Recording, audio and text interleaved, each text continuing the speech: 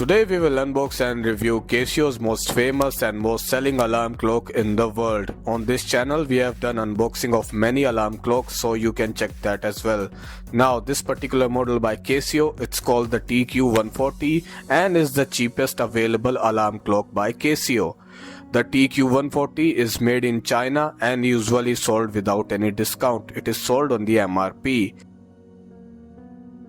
Comes in different varieties of color, but you would want to buy this red color with black background as this makes the dial shine brighter during the night time.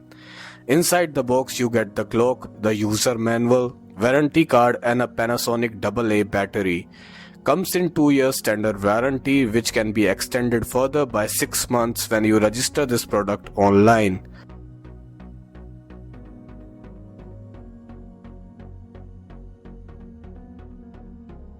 As you can see, it is very small and portable clock and made with a very good quality plastic considering its price.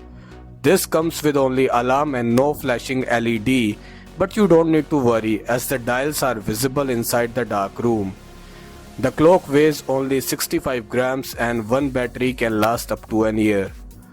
The clock accuracy is 20 seconds plus or minus per month. So if you want to buy this, I will leave a link in the description for you.